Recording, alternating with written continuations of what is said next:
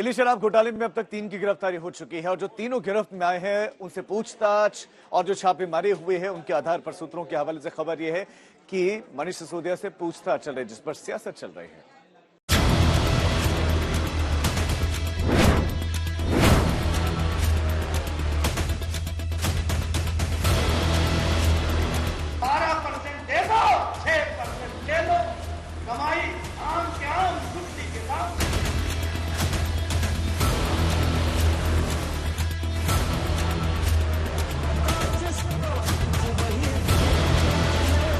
तो क्या दिल्ली शराब नीति घोटाले में दिल्ली के डिप्टी सीएम की गिरफ्तारी तय है?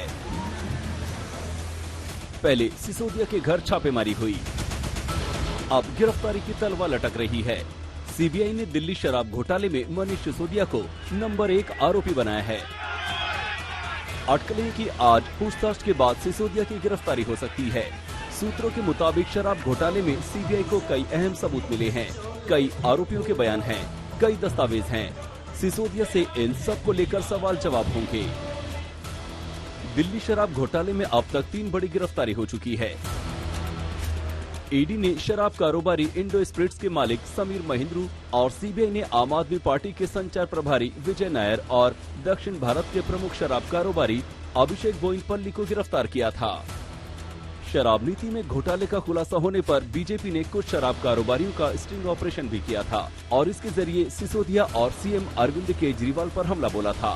लेकिन आम आदमी पार्टी के दोनों टॉप नेता मजबूती के साथ इन आरोपों को खारिज कर रहे हैं। मैं यहाँ आपसे चर्चा करना चाहता हूँ कि यह सरकार जो केजरीवाल जी की सरकार रही, उस सरकार ने किस तरीके से यहाँ पर घोटाले पे घोटाला किया है। आज केजरीवाल की सरकार घोटालों की सरकार बन गई है।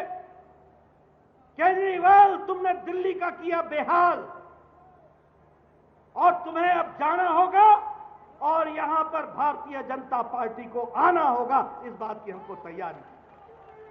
मैं सच के रास्ते पे चल रहा हूं। मैंने कहीं कुछ गड़बड़ नहीं किया। इन्होंने पूरा मेरा घर छान मारा, मेरे बैंक लॉकर छान मारे, मेरे गांव में छान मारा, इन्होंने मेरे आसपास सब छान मारा।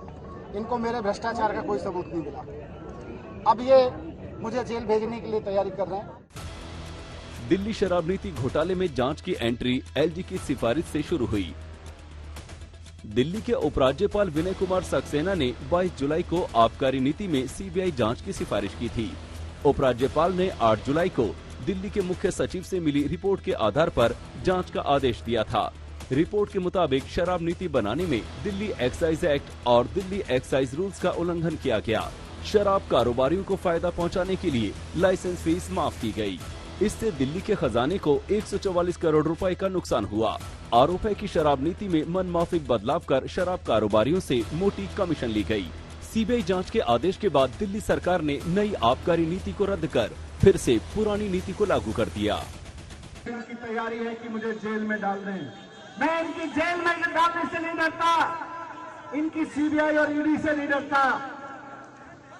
मैं जानता हूं कि देश कुर्बानी मांग रहा है और हम कुर्बानी देने के लिए तैयार हैं। जैसे कि कुछ लोगों के पास पैन कार्ड होता है, आधार कार्ड होता है, वैसे केजरीवाल और कंपनी के पास विक्टिमहुड कार्ड है। आम आदमी पार्टी गोल्ड मेडलिस्ट है घोटाले में और करप्शन में। सीबीआई जांच के बाद इसके मनी लॉन्ड्रिंग के पहलुओं की जांच के लिए ईडी भी कूद गई। देश भर में कई ठिकानों पर छापेमारी हुई। विजय नायर, समीर महिंद्रू और अभिषेक बोइनपल्ली की गिरफ्तारी हो चुकी है। अब तलवार मनीष सिसोदिया पर लटकी है। अरविंद ओझा, पंकज जैन के साथ मुनीश पांडे, दिल्ली आज तक।